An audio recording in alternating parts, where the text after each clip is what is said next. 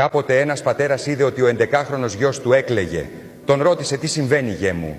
Το νεαρό αγόρι απάντησε: οι συμμαθητές μου με κορόιδευαν, με αποκαλούσαν γιο ενός κυπουρού.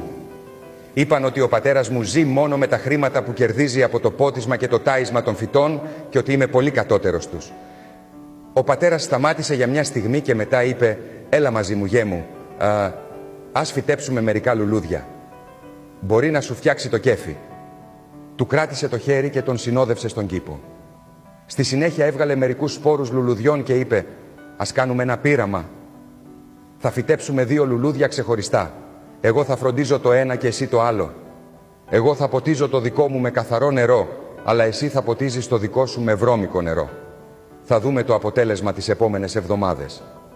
Ο γιος ήταν ενθουσιασμένος καθώς συνόδευε τον πατέρα του στο φύτεμα των λουλουδιών. Τους πήρε μερικές μέρες για να βλαστήσουν οι σπόροι των λουλουδιών. Τους φρόντισαν αντίστοιχα και τους παρακολούθησαν να μεγαλώνουν. Αργότερα ο πατέρας έφερε το γιο του στον κήπο και του είπε: κοίταξε τα 2 λουλούδια και πες μου την παρατήρησή σου. Το αγόρι απάντησε: το δικό μου λουλούδι φαίνεται καλύτερο και πιο υγιές από το δικό σου. Πώς είναι δυνατόν να συμβαίνει αυτό, όταν το νερό σου είναι πιο καθαρό? Ο πατέρας χαμογέλασε και στη συνέχεια είπε: αυτό συμβαίνει επειδή το βρώμικο νερό δεν εμποδίζει ένα φυτό να αναπτυχθεί.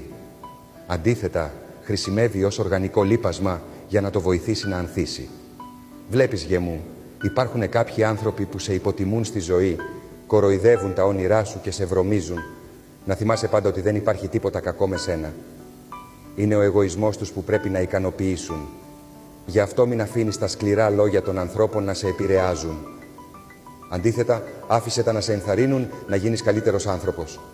Και με αυτόν τον τρόπο θα είσαι σαν το δικό σου φυτό και θα ανθίσεις ακόμα και μέσα στη βρωμιά, όπως η αρνητικότητα και τα σκληρά λόγια. Αν σας άρεσε το βίντεο, μην ξεχάσετε να μας κάνετε like και follow.